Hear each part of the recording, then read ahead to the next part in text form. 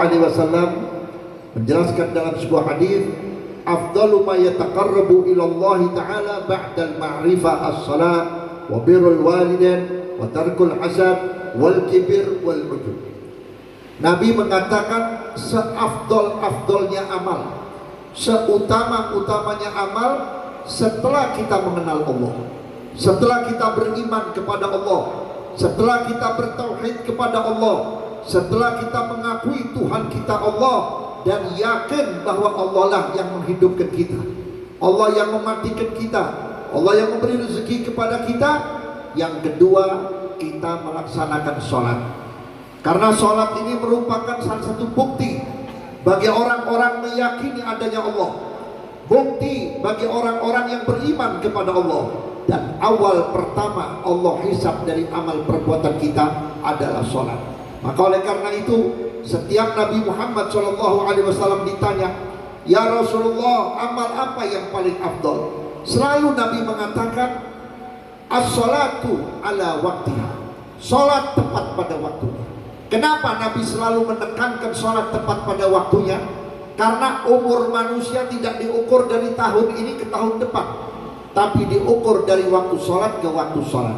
Alhamdulillah, waktu subuh Allah masih panjangkan umur sehingga kita bisa sholat subuh. Begitu ketemu dhuhur, alhamdulillah, berarti kita sampai umur kita di waktu dhuhur.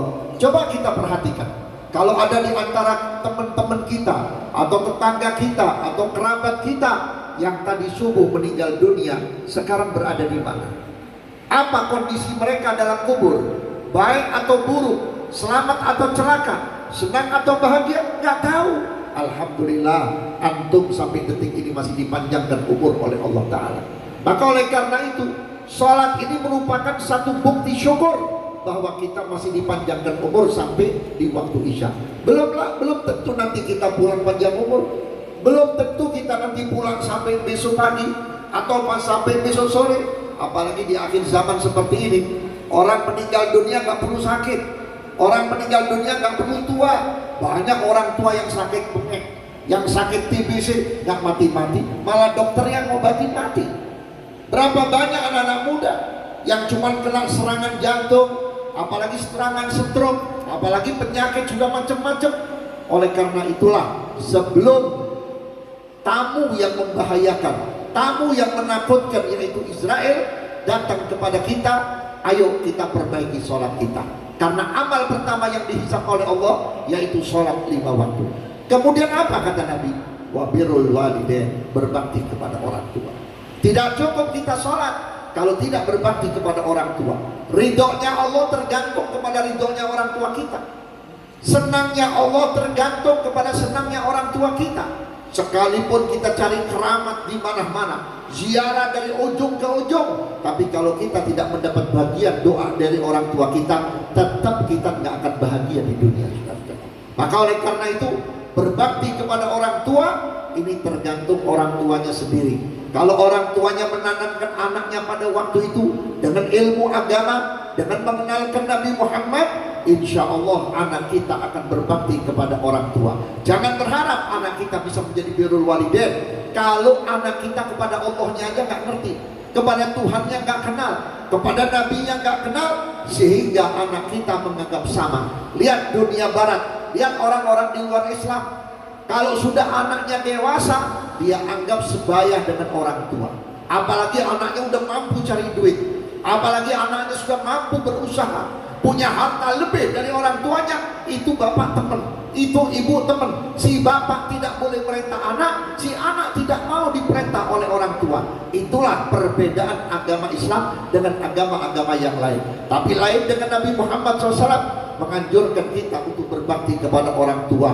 Berbakti kepada orang tua adalah salah satu jalan yang mengundang ridhonya Allah Subhanahu wa ta'ala. Kemudian apalagi kata Nabi, wa tarkul hasad. Setelah kita melaksanakan sholat, setelah kita beriman dan kenal Allah, kemudian kita sholat, kemudian kita bakti kepada orang tua, hendaknya kita meninggalkan sifat hasad, sifat dengki. Saudara-saudara hadirin, tidak ada ceritanya orang berhasil karena hasud, tidak ada ceritanya orang bisa terkenal karena hasud. Habib Abdullah bin Muhsin Al-Attas, beliau sudah mengatakan apa? Beliau mengatakan, al-hasud la yasud wa la yahsulul maksud. Orang yang hasud tidak bakal senang hidupnya. Kenapa? Lihat orang beli TV dia nggak bisa tidur. Lihat orang beli motor dia nggak bisa tidur. Lihat antum kerjanya maju dia nggak bisa tidur. Gelisah. Kenapa? Orang yang hasud orang yang tidak terima kalau saudaranya mendapat nikmat. Orang yang hasud tidak ridho kalau lihat saudaranya dapat ketenangan. Saya teringat Al-Imam Malik radhiyallahu taala anhu. Beliau pernah ketemu orang yang usianya 124 tahun, tapi dilihatnya sama dengan usia 50 tahun. Heran Imam Malik, apa yang menyebabkan engkau panjang umur dan awet muda?